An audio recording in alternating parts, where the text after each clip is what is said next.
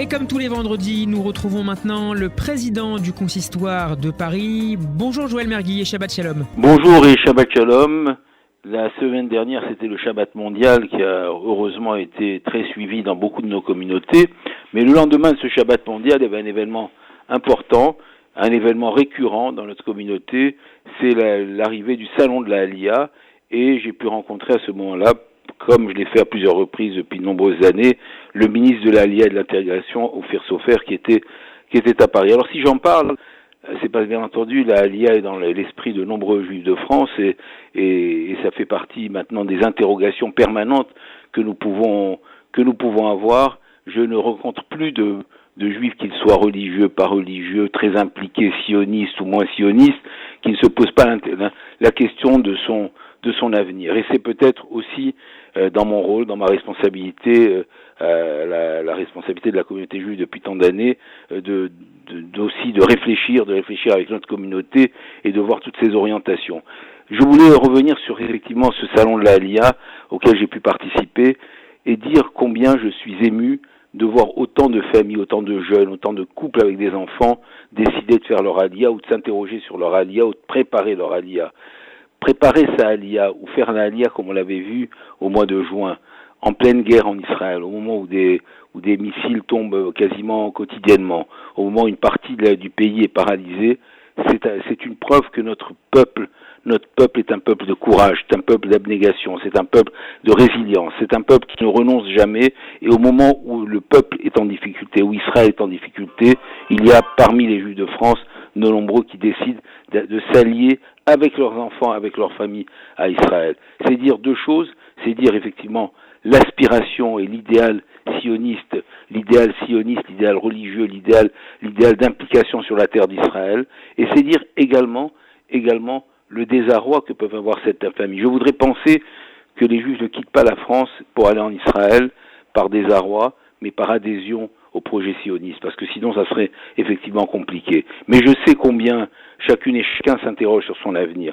Dans les échanges que j'ai pu avoir avec Ophir Sofer, bien entendu, j'ai pu m'assurer que malgré la guerre, malgré les difficultés que connaît le pays, que toutes les conditions d'intégration habituelles des Juifs en termes de logement, en termes de travail, en termes de bourse pour les étudiants, que toutes ces conditions puissent continuer à être assurées le mieux possible.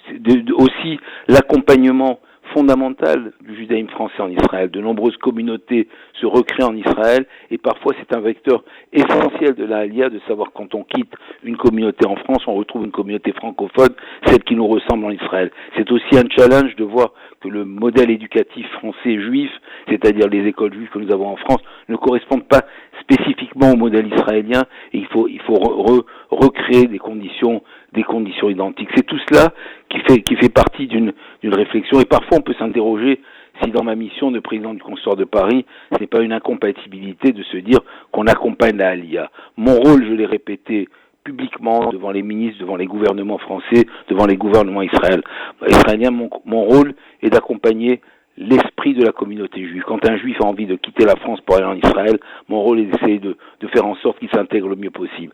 Mais mon rôle, c'est également, et ce n'est pas incompatible, de continuer à construire et à bâtir l'avenir et l'identité des juifs en France. C'est de continuer à entretenir nos synagogues, à assurer leur sécurité, à assurer que des rabbins continuent à assurer une transmission, que des enseignants dans les Talmud Torah, dans les écoles, continuent à enseigner, que la vie juive continue. Et plus la vie juive continue, et plus le soutien à Israël est encore plus fort, parce que la vie juive française est une vie juive sioniste. Le judaïsme français, c'est un judaïsme sioniste, c'est un judaïsme d'adhésion, c'est un judaïsme qui se rapproche d'Israël, c'est un judaïsme qui soutient Israël, sans aucun complexe et avec beaucoup de fierté. Donc on accompagne la Aliyah et on continue à soutenir un judaïsme qui continue à être fort. Alors à chacune et chacun choisira quelle est l'option de son avenir, mais l'option de notre avenir, c'est toujours d'être trempé de notre identité. Apprenons l'hébreu, fréquentons nos synagogues, regroupons-nous. L'heure du plus grand rassemblement de la communauté juive est en train de se produire. Il n'y a jamais eu un rassemblement aussi fort. Continuons à rassembler la communauté juive autour de nos valeurs, autour de notre identité, autour de notre transmission, autour d'Israël, autour des valeurs citoyennes que nous portons, autour tout simplement du fait d'être fiers, d'être citoyens, d'être juifs, d'être engagés et de continuer à construire l'avenir de nos enfants et de nos communautés. Shabbat Shalom.